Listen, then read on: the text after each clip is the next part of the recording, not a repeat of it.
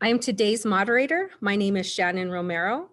I am the Cultural Education Specialist at the Indian Pueblo Culture Center. I'm also the Program Manager for the Indigenous Wisdom Curriculum.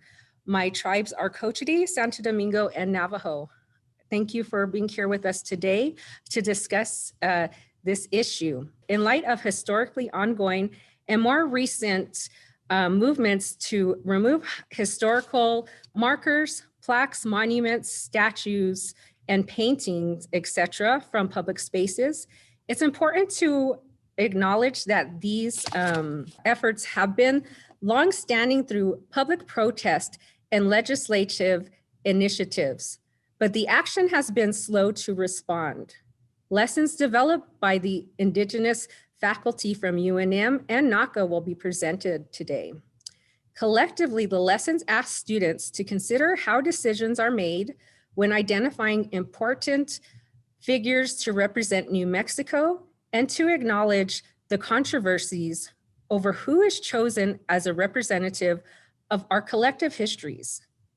Today, we will be joined by an amazing group of Pueblo women educators who I'm deeply honored to work with on the Indigenous Wisdom Curriculum. Our presenters today are Dr. Christine Sims from Acoma. She will be giving an overview on Acoma Pueblo history. We will also have a presentation from Ms. Azel Himatiwa, who is from the Pueblos of Kiwa and Acoma. She will be doing a presentation on who is Juan de Oñate. Dr. Natalie Martinez will be next. She will be presenting on how does history choose to honor? And last but not least, Dr. Glenabel Martinez, who is from the tribes Taos and also Navajo. She will be talking about her lesson on commemoration and controversy, Juan de Oñate. So we'll get started today. I'm going to open up my PowerPoint. Welcome again. Today is the Indigenous Wisdom Curriculum Brown Bag Series. Our curriculum team includes Azel Himatiwa, Dr. Christine Sims, Dr. Glenabel Martinez, and Natalie Martinez, as well as myself, Shannon Romero. The purpose of the Pueblo-based curriculum is to strengthen identity of Native American children in New Mexico by developing and piloting K-12 curriculum to provide all educators with thoughtful unit plans on the complex political, social, cultural, and economic history of Pueblo nations of New Mexico between 1912 and 2012. Some of the goals from our curriculum includes that it serves as a counter narrative to today's presentation of the history of New Mexico presented in our schools today. At the center of the curriculum are concepts and core values that have operated as vehicles for resistance, emancipation, and transformation for Pueblo people as part of maintaining our cultural integrity and exercise of sovereignty of all in the face of colonizing measures taken by Spain, Mexico, and the United States. So some of the goals of the curriculum also include that it is a resource for teachers and students, and it also educates the students about the factors and conditions that shape key relationships, including government to government, community to community, culture to culture, and person to person throughout historical periods of turmoil and peaceful coexistence. This resource will guide instruction that enhances self-esteem, identity, encourages guidance by ethical considerations, acknowledges concern for others, and incorporates an overall global perspective. To promote Indigenous students and their teachers to become more intellectually aware of the critical roles of Pueblo people in exercising agency as they meet and continue to meet the imposition and challenges of federal and state policies upon sovereign tribal entities. The curriculum also serves as a counter narrative to today's presentation. I'm sorry, I went to that slide already. So I'm going to go ahead and hand it off to Miss Christine Sims, who will talk a little bit about some of our lessons today. Let me stop my video and take it away, Dr. Sims. Thank you so much for joining us today. Can everybody see that? Yes. Okay, great. So this overview that I prepared was originally part of a lesson that I developed on Oñate but I wanted to give something of a visual representation to the ideas and the concepts behind how this encounter with Spanish explorers really impacted pueblos such as mine, Acoma Pueblo, where I come from. For purposes of today's talk, however, this particular visual representation, I have truncated, shortened, just in the interest of time, but I will run through these slides just to give you an idea of this overview that I wanted to provide for middle school students. That's the target audience that I had prepared this lesson for originally. The purpose of this representation was to develop an understanding about an appreciation for the way of life that existed in Pueblo villages long before foreigners entered the Southwest. And I also wanted to use it as a way for students to reflect upon the unique features of Pueblo life that were impacted by the arrival of Spanish explorers into our homelands during the 1500s. And lastly, I wanted students to consider the historical legacy that Spanish attacks and sentences left upon pueblos such as mine, Acoma, a pueblo that still exists today. To begin with, I provide an overview of who Pueblo people are. And this is a map that shows ancient ancestral cultural areas of the Southwest. And over centuries, we know that all of these areas were occupied by indigenous peoples spread throughout the vast regions of the Southwest long before the Spanish came. And in particular, the gray area that you see here in this slide is often referred to as ancestral Puebloan homelands. And that's inclusive of places like Chaco Canyon, Mesa Verde, those kinds of places. From sites like Verde and Chaco Canyon, we know that our ancestors built their dwellings and their kivas in these places. They were skilled masons, and a testament to their skill can still be seen in many of these buildings that are still left for us to see today. But by the time the Spanish explorers came through in the 1500s, Pueblo people were also well established in villages in places like Acoma Pueblo. This is where I come from. This is a picture of my village, my home village. This place was occupied for centuries, even long before the Spanish arrived in 1598. Today, you can visit our village, although right now, of course, it's closed due to the COVID pandemic, but it is a place that you can come and visit. The significance of places like Acoma and to all other pueblos was important, not only in our oral traditions, but also in our daily lives. Pueblo people were astute observers of place and also their place in the cosmology, including their knowledge of the movement of stars, the heavenly bodies, all in relation to their geographic location. Time was something that wasn't tracked by written calendars. It was based on movement of the sun in relation to where they lived. And this was important because these movements signaled then important times for things like planting, harvesting, ceremony. Seasonal rains also were precious to Pueblo people. They worked hard planting and harvesting fields of corn, squash, and beans. They were agricultural people. And during the warmer months of the year, they made use of rainfall. There was no large rivers, especially in the Acoma area. And so we were completely dependent on rainfall. But these were the months in which you would plant and then finally harvest your food so that you would have enough to feed your families in the community. This provision, our environment provided in places like Acoma, then were precious to the people. And in our village, the place that we call Acoma, actually in our own Keres language, is really pronounced as Hagu. And Hagu literally means to get ready or to prepare for. And so in our oral traditions, Acoma people talk about this place already being prepared for us as our people, our ancestral people, journeyed from the north. And here there was wild game, there was rainwater, herbs, and plants. These were just some of the many things that were available to Acoma people when they settled on top of this mesa. The importance of family life, not only in Acoma, but in all pueblos, was critical, because by living together, it meant that everybody was participating in contributing to community life. And this is essential for building and maintaining intergenerational relationships, especially over a lifetime. And so Pueblo children will grow up in these extended families where they had the opportunities to learn about their own traditions, their language, and the surroundings, which took place constantly throughout the year. Pueblo life usually revolved around a traditional cyclical calendar of seasons. And families and community were often engaged in these communal activities throughout the year.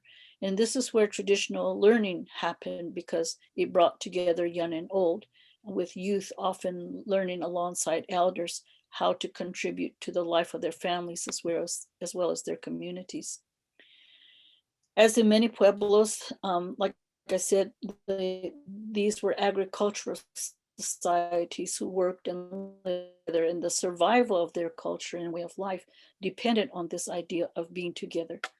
In 1598, however, at Acoma Pueblo, village life as Acoma people knew it and had lived was abruptly and horrifically disrupted by foreign intrusion. This intrusion came by way of Oñate, especially in 1598, when he entered into what is now New Mexico. By the end of the fall of October 1598, Oñate had come to Acoma to ask for their allegiance and submission to the King of Spain. Of course, all of this would have been done in the Spanish language, which was foreign and unknown to Acoma people. But convinced that the Acoma leaders had understood the meaning of this kind of a ceremony, Oñate then left Acoma and traveling further west to Zuni and on towards the Hopi Pueblo villages. And Oñate was then later followed a couple of months later by his nephew, who had his own party of 30 soldiers, and they arrived at Acoma in December of 1598. When they arrived, it was in the middle of winter, when most of our people would have been sheltered in their homes. But when they arrived, Juan de Zaldivar and his soldiers found that Acoma was a formidable place because of its sheer mesa cliffs, and they described it as a place of towering rocks, precipitous, strong, and impregnable on all sides. Access to the village would have only been possible through hand-hewn footholds or handholds. And Zaldivar's men discovered, how to get on top of the mesa when they arrived. And they made their camp at Acoma. But in doing so, they also demanded that Acomas provide them provisions for their journey. And while Acoma families did have many of these things, those things like woven blankets, fur, rabbit fur, turkey feathers, deer hides, and such, and even their food provisions, those would have been meant for their families to carry them through the long winter season. By demanding that these households provide his soldiers provisions, in making this unwanted intrusion into the village, Zaldivar had made this mistake. And so in order to protect their village and their people from this unwelcome intrusion, Acoma warriors did attack his party, and resulting in Zaldivar's death, as well as 2 of his captains and 11 other members of his expedition. And so revenge for this attack was something that followed very quickly.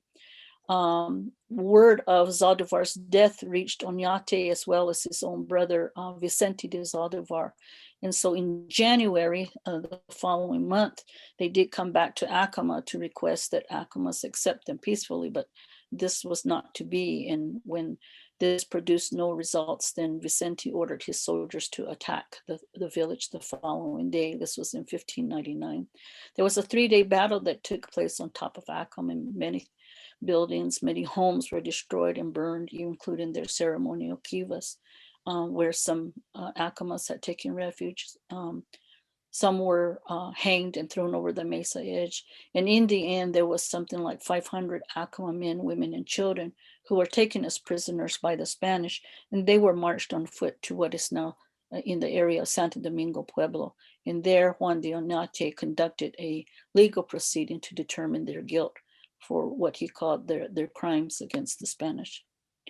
This is an excerpt from the Spanish records about Oñate's verdict and sentencing. The males were 25 years of age, who were 25 years of age, were sentenced to have 1 foot cut off and to serve 20 years in personal servitude. The males between the ages of 12 and 25 were also sentenced to personal servitude. There was even 2 Hopi men who were present at the time of this battle, and they were sentenced also to have 1 right hand cut off and then sent back to tell their own people what had happened at Acoma. All the children under 12, Oñate declared free and innocent, but he placed all the girls under the care of a Fray Alonso Martinez, and they were distributed throughout the kingdom, meaning down into Mexico, in monasteries and other places. And the boys under 12 years of age were also entrusted to Vicente de Zaldivar, the soldier who had started the 3-day battle at Acoma. And then he says, in the end, I order that all Indian men and women who have been sentenced to personal servitude shall be distributed among my captains and soldiers, and who may hold and keep them as their slaves for the said term of 20 years and more. So that was Oñate's verdict and sentence, and these were carried out shortly thereafter, starting in February 1599. Okay, this is my last slide here. Again, this is a very shortened version of what is originally part of this lesson, but I also wanted students to think about, what was the impact of this sentence that Oñate passed on the Acoma people? Certainly the cultural life, their traditions and social structure were disrupted. And the community itself as a whole, that was the environment in which children learned their traditions, their culture, and even preparing for future leadership, those were diminished for a time that the Acoma people were taken away and that children were taken away. Yet in the end, the survival of their language, the culture, linked to their environment and stories of place, and also their shared beliefs were not entirely forgotten by the people, because it was by sheer perseverance and the collective memory that was held onto by the Acomas that made it possible then for them to return to Hago once more. This was the place prepared and made ready for them.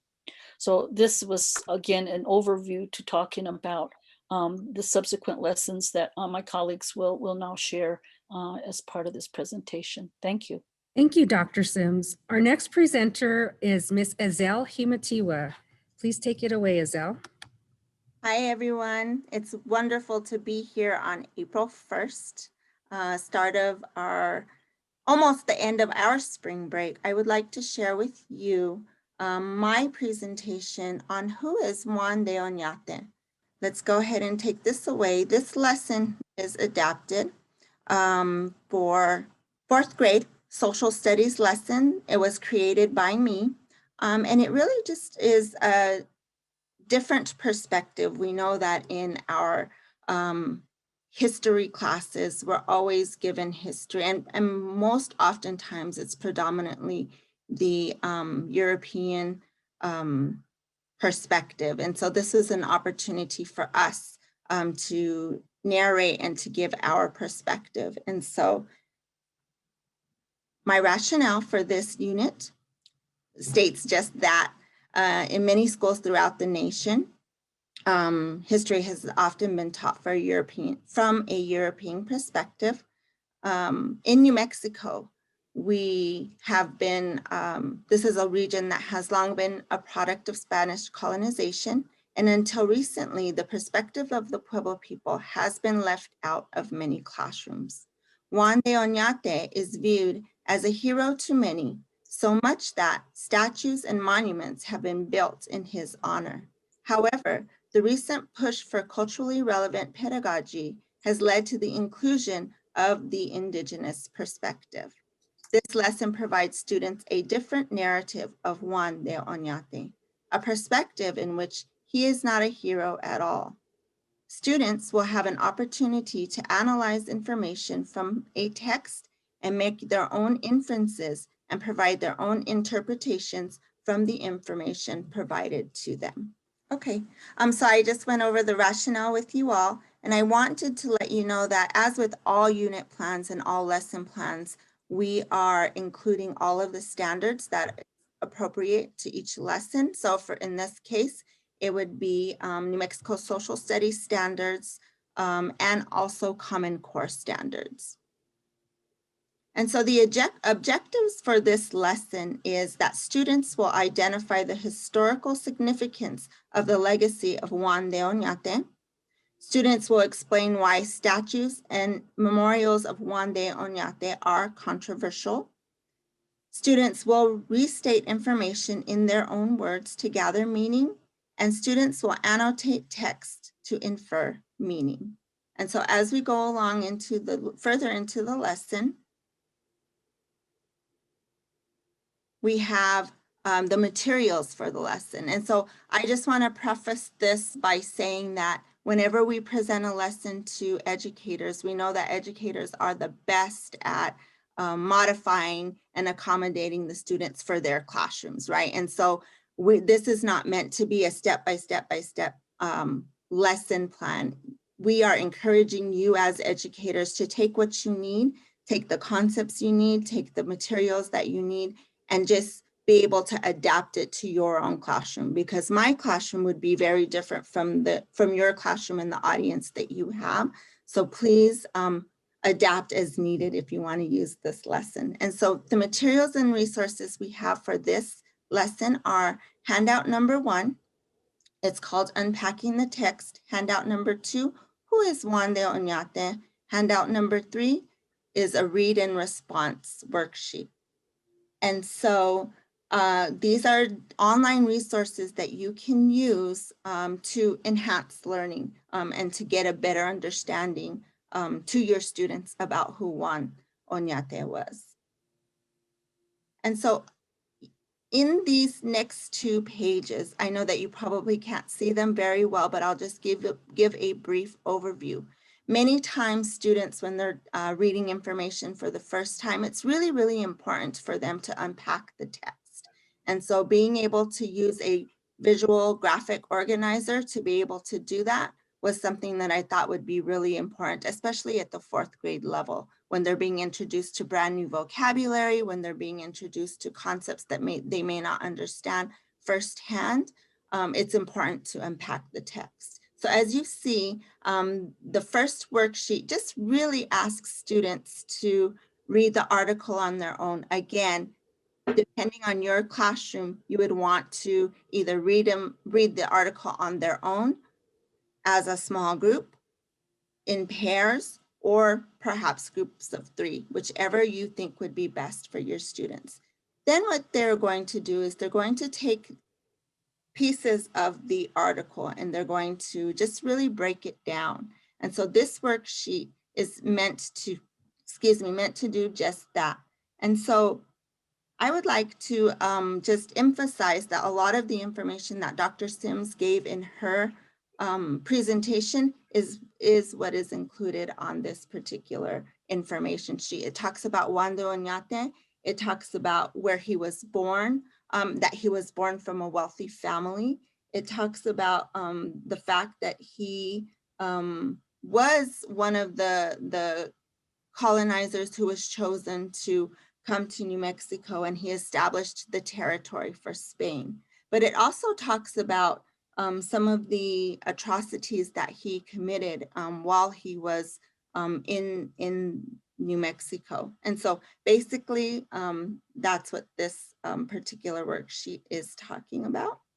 And then we really want to get our kids to think critically about what they've read. We want them to think outside the box, and we want them to react to the information that's being presented to them. And so this worksheet here, this read and respond worksheet, is just an opportunity for them to connect to the text that they are reading. And so it asks questions like, what evidence? It also asks them to show evidence from the text supports the main idea. What is the author's purpose?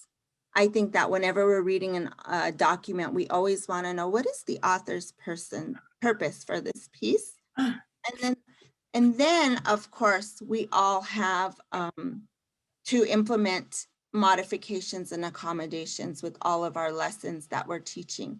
And so this chart here just gives a little bit of an overview about what modifications and accommodations that you could use in your classroom to modify this lesson.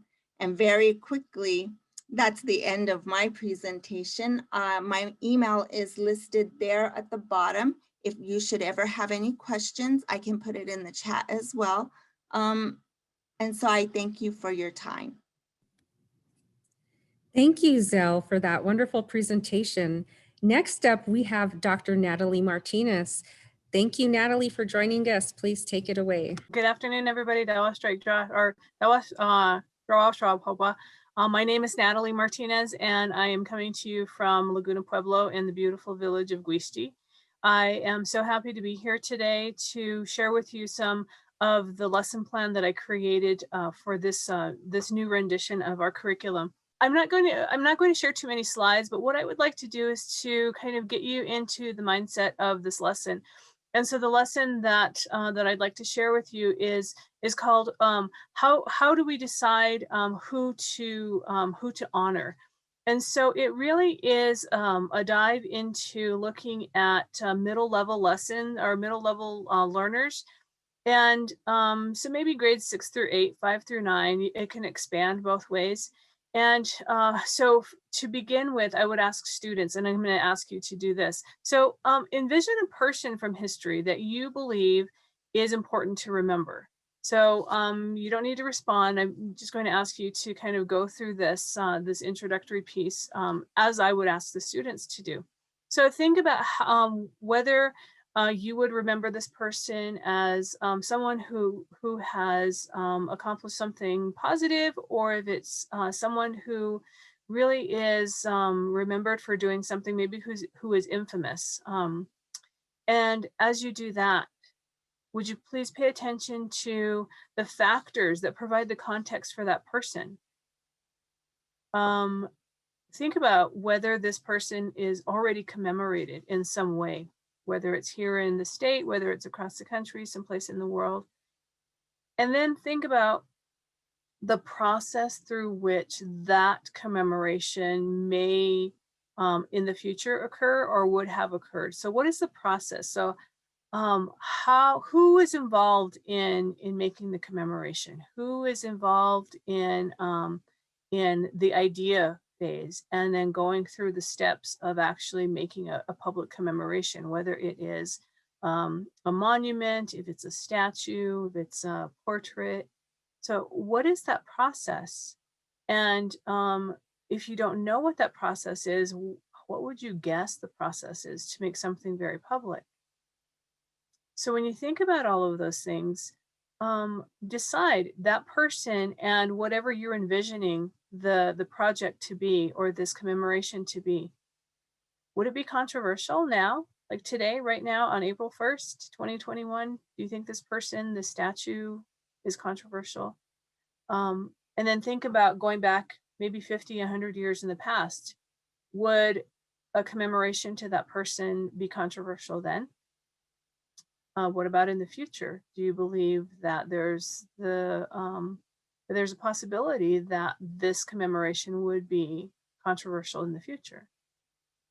So I want you to also then think about your representation as I'm asking you to make this this vision. So this person, a lot of times when we commemorate someone, it is for something that's larger than just that person's life. So there's a larger symbolism involved, right? So what do you feel like the symbolism for this person would be? What would this person represent to you and to humanity, right?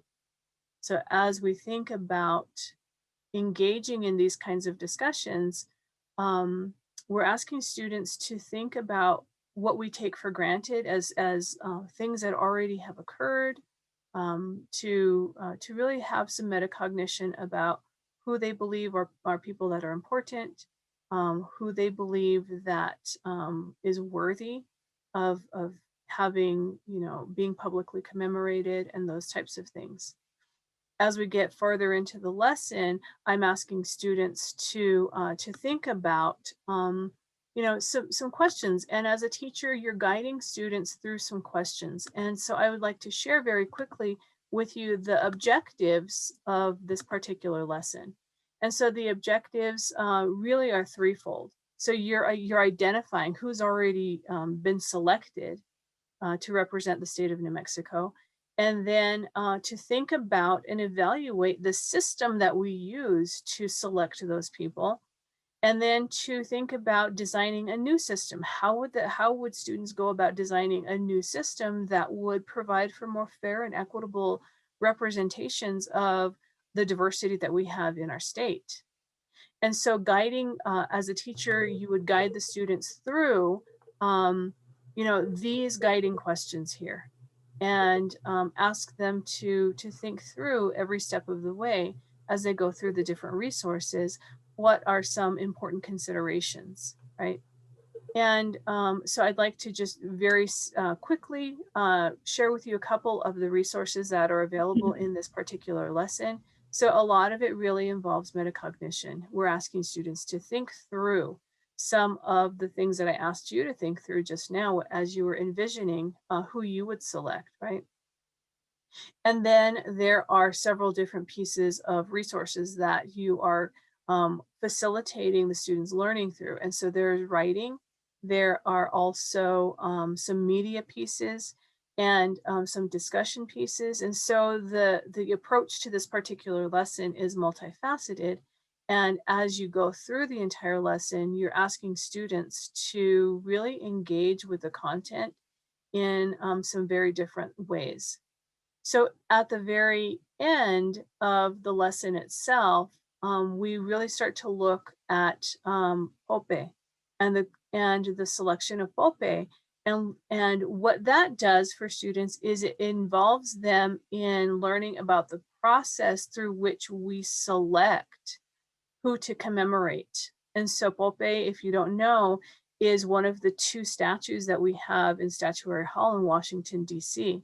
And so it walks us through the process that the commission had to engage the public in, and it talks about the controversies involving the selection of Pope as one of New Mexico's two statues, and then we ask students to think about, beyond Pope, what is it that this statue represents for us here in New Mexico? And so it really is asking students to engage on a much deeper level with not only learning about the history that's involved with the historical figures or the events, but also to think about contemporary issues for one thing, and to think about the political process for another thing. And so as we wrap up this particular lesson, then we would ask students to start to think about, so what would a new process look like? How could we design a new process that would be more inclusive, that would really take into account the diversity of who we are as people here in New Mexico, and asking them to think about contemporarily what's going on with the issues that are coming to light with a lot of the movements that are happening across the country now. And so I thank you, and I hope that you're able to download this lesson and to be able to use it. You can adapt it up and down for different grade levels, but and if you do have any questions at all, I will put my contact information in the chat, and Shannon has also shared that with you as well. So I appreciate your time, and I will go ahead and turn it back over to Shannon. Thank you. Thank you, Natalie, for that thoughtful presentation. I'd like to welcome our last presenter for the day, Dr. Glenaba Martinez. Thank you, Dr. Martinez, for joining us today. Yes, hello everybody. Hiya tu anam aywa tama. To everybody for being here. Thank you very much. I'm Glenaba, and I'm a professor here at UNM, but I'm also a social studies teacher certified by the state of New Mexico, and I'm also from the Pueblo Nation of Taos, and I'm also Navajo from the Torreon area. So yat everybody, it's good to see everyone. So my focus of a lot of my work has to do with high school. It's high school, a lot of my work has to do with high school, and I was gearing this toward a 9th grade New Mexico history class. And for me, when I teach, I use a lot of primary sources, as well as I really try to get my students to think critically. I try to have them use critical race theory, thinking about racial micro and macroaggressions and how they've occurred in history. And so the rationale here, it's pretty long. I'm not going to get into it, but basically it's trying to understand how it is that what happened in 1598 with Juan de Oñate, with the beautiful history presented so far by my colleagues, as well as thinking critically like Natalie's asking us to do right now, is what are its effects on present day manifestations of Spanish colonization? How is it that something in 1598 has an impact on the way we view ourselves and the way we view one another in places like Espanola and Taos and Bernalillo? So this particular event, or this particular exercise, I want students to understand the current controversies in New Mexico, because as all of you know, there were a lot of issues related to the Oñate monument. There were some pretty bloody standoffs that took place outside of Old Town. And there are a number of controversial issues that were raised in many, many different ways. So this is a lesson plan that would take 60 to 75 minutes, and you can see there the objectives. This is basically how I do lesson planning. And one of the things that I like the most is I like to not only include primary sources, which are photographs, actual documents from that time period, firsthand accounts, but I also like to include video clips. And so what I want to do is I would like to play a video clip for you eventually in this little brief presentation on what happened in the city of El Paso, Texas, when there was controversy about the building of this huge, tall, like 60-meter tall commemoration of Juan de Oñate. It was not done without controversy. So the guiding questions are here. We ask, first of all, who was Juan de Oñate? What are the present-day manifestations of this period? What is the current controversy about the statues and monuments that have been going up all over New Mexico? And what kind of analytical skills can we take from this to understanding when there's controversy about Confederate officers, Christopher Columbus, Woodrow Wilson, and many others? So it's a skill to be able to think about public art.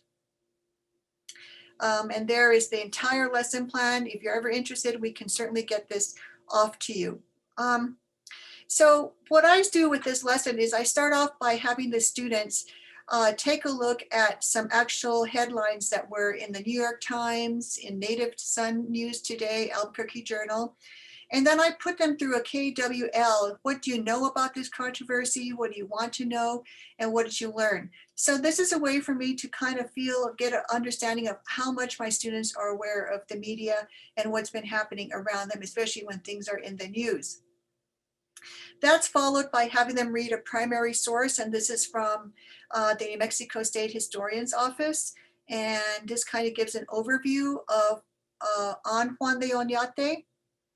And the students would read through that, and then they actually read the actual document in English when Juan de Oñate took possession of New Mexico. And we talk about that idea. We say, what does that mean when you take possession of not only the land, but also the people, that you feel that you have the right to actually do this? And so that's what these questions are all about, is what questions and thoughts were raised for you? Do you believe all students taking New Mexico history would raise similar questions that you have? What exactly did Oñate take possession of on his proclamation in 1598? And so on and so forth.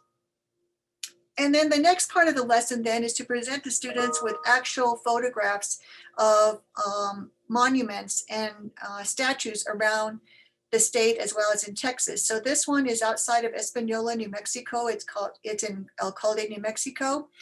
And we provide information, for example, when it was commissioned, when it was completed, how much it cost, where were the monies from, who was the designer, and what are they commemorating? Okay. The second image that they take a look at is this is the equestrian, and this is in El Paso, Texas, the one I was telling you about. And we're going to hear about that in a clip really quick pretty soon here. Same thing, same basic information, just information, how much it cost. It was $2 million. And then of course we have the final set of photographs, which is out here in Old Town outside of the museums. And this is called La Jornada. And there are the three parts of it. It's a rather large monument. And then down here is a installation by Ms. Naranjo from Santa Clara Pueblo called Nombe Wage. And this is to commemorate a native perspective of La Jornada, or the time when Juan de Oñate came into New Mexico. And the same thing again, how much did it cost, what was commemorated, all that type of stuff, all that information. So basically what would happen is the students would they would break up into groups. They would be assigned a monument and they would then fill out this information. And if you take a look at the questions here, I go from very basic questions like when was this monument created to the idea, are there problematic words or symbols on this monument? Is this an accurate depiction? Why is this monument controversial? Okay, so this is a really important graphic organizer for the students to really organize their thoughts. So after the students have, sorry if I'm making you sick. After the students have been able to go through this, then we watch what happened in El Paso, Texas. And I'm going to play that really quick. I got like 3 minutes, but I think you'll be able to get the main idea here. Start share again and hit that. Okay. And this is a clip from a city council meeting in which they were talking about the use of such city funding to build this huge equestrian monument to honor Juan de Oñate.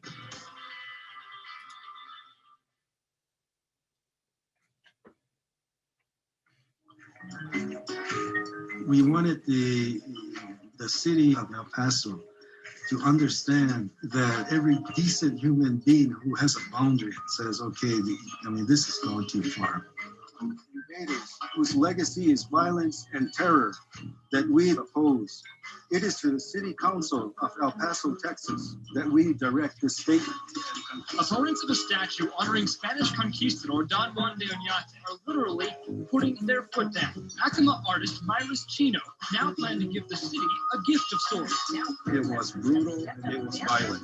Their anti-Oñate efforts. Controversial statue. El Paso City Council, more controversy. Conquistador Don Juan de Oñate. If some of those things that we read were true, then it was definitely something that the city council had to know about. Honoring this conquistador will bring shame to this city. We will see to that.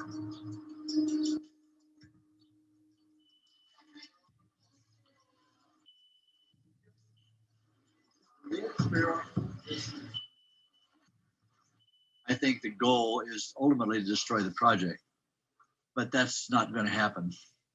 Item number 6 is discussion and action for a permanent stay on any public funding for the Juan de Oñate Monument or under the jurisdiction of the city of El Paso. What I would like to remind the council of is many of my demographic family people, Hispanic females, professional women, mothers, daughters that have an interest in seeing something that is tangible, positive, and substantial in El Paso, and to leave it as a legacy to all of the citizens of the Southwest, I think is very important.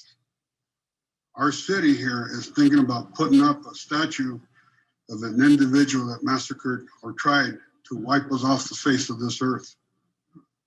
I pray to my grandfathers up in the heavens that you have a heart here, the way your mothers and your fathers and your grandfathers raised you to be good. You're going to tell your grandchildren, I remember 9/11.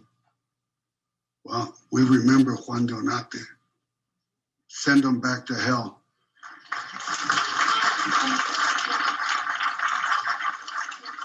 History's got its good and its bad points, but this is El Paso's history.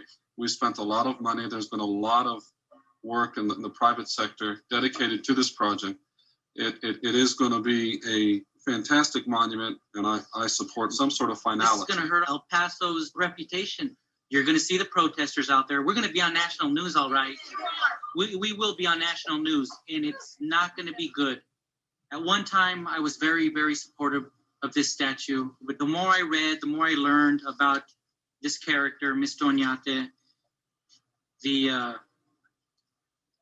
the more I was surprised, the more I was appalled. I mean, I just don't think that $1 million of public money is appropriate.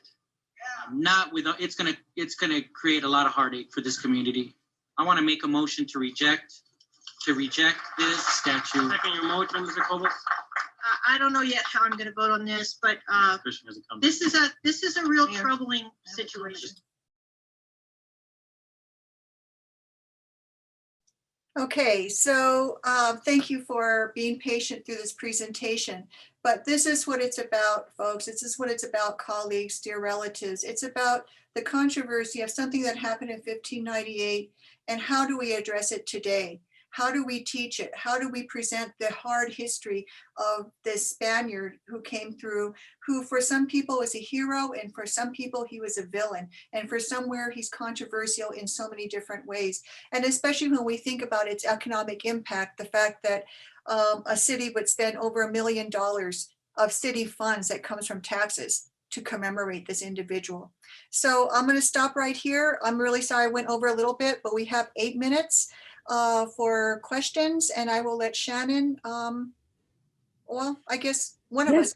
So I'll go ahead and we'll take this last few minutes for Q&A.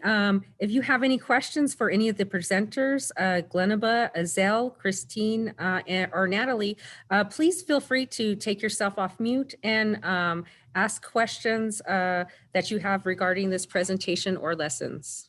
So this goes to all of the presenters. When you were presenting in class, did it stir up lots of, I'm sure it stirred up a lot of emotions from you all, because even just talking about things in my class, I tend to get really shaky and misty-eyed. But how is your reaction? Well, how is your emotions presenting it, and how are your students' reactions to receiving this information? Yeah, I use this lesson. I teach methods. I teach secondary and social studies methods. So for my students, they really like the fact that they can think critically about history. Many of them are concerned as new teachers that there may be families in the community or parents in the community who may not like this presentation. But if you think about the fact that you're using primary sources and you're using actual firsthand accounts and how people reacted, for example, at the city council meeting, you can't argue with what the evidence is in front of you. We have to discuss these things, just like we have to talk now about what's happening in Minneapolis right now with the George Floyd case. We can't ignore it. We're teachers. That's what we're teaching our students to do, to think critically. Right. I actually wanted to address the teaching of at the middle level. And I think that as adolescents are developing their sense of identity, it's really important to be able to offer them some choices and to give them the opportunity to delve into some of the more controversial information so that they can make more informed decisions, and to give them some power and ownership over how they would like to think about the ways that the world can be more socially just. And so in presenting parts of this lesson to middle level learners, it was really inspiring and empowering for a lot of them. And you know, it did become emotional, and most of the emotions that stirred up really were having to do with the recognizing and acknowledging the unjust nature of what had happened in the past and how contemporarily it was addressed in the public sphere. So and those are middle grade young people who are learning this. So thank you. Thank you, Natalie. I also wanted to give a quick mention that my colleagues have also given professional development workshops to several districts in New Mexico, including Santa Fe Public Schools, including Bernalillo Public Schools and Albuquerque Public Schools, for many of our Pueblo students attend, as well as our Hispano students attend. I don't know if anybody wants to kind of touch on that, on some of the trainings that have gone on. I think I would like to hear more from the audience about how they talk about the hard history. How do you teach controversy? How should we address it or not? Because in the past administration, the Trump administration, he had an executive directive in which he did not want critical histories presented. That's of course been churned with Biden administration, but there's states mobilizing right now to prevent any kind of critical histories like the 1619 curriculum that talks about slavery. Who's to say that won't happen anywhere in the area here? I would say it's important to address these tough issues to discuss with students, because if we don't teach our history or learn from our history, we're doomed to repeat it. So I think it's important we bring this up. I think it'd be, definitely hard to bring these types of issues up to like elementary education students, just because they are younger and this is a lot of trauma and horrible events that have happened in the past and are currently still happening. So I think depending on the age range, you could be upfront or honest about what actually happened, but maybe when they're younger, you want to, soften it a little bit, or just let them know that events did happen in the past that have affected how we live today or how certain individuals live today. I would say the experiences that I've had, I was reading a book with my third grade students yesterday that was not about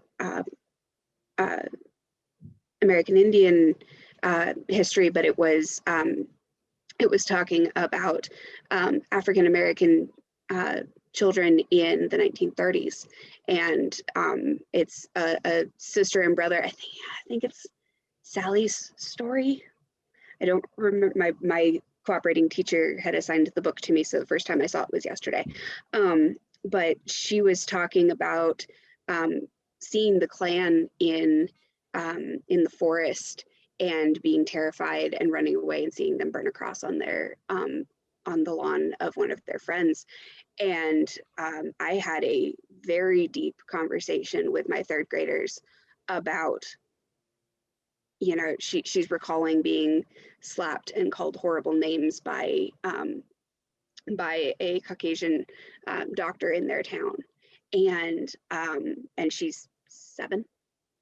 And my third graders were very, very well able to articulate, maybe not in academic terms, but definitely were able to articulate that that's wrong and why would they do that, and asking really deep questions. It has to be done appropriately, but it absolutely can be done. Yeah, that's good. That's really good. Thank you for sharing. The Ku Klux Klan was very active in Southern Colorado. They were active in assaulting and making the lives for many immigrant workers from Mexico and people from Nuevo Mexicanos who worked in the fields, in the sugar beet fields in Southern Colorado into the 1950s. They were very, very active. And that's part of the issue of critical history, is how do you talk about white supremacy? And, it's something that you can't shy away from.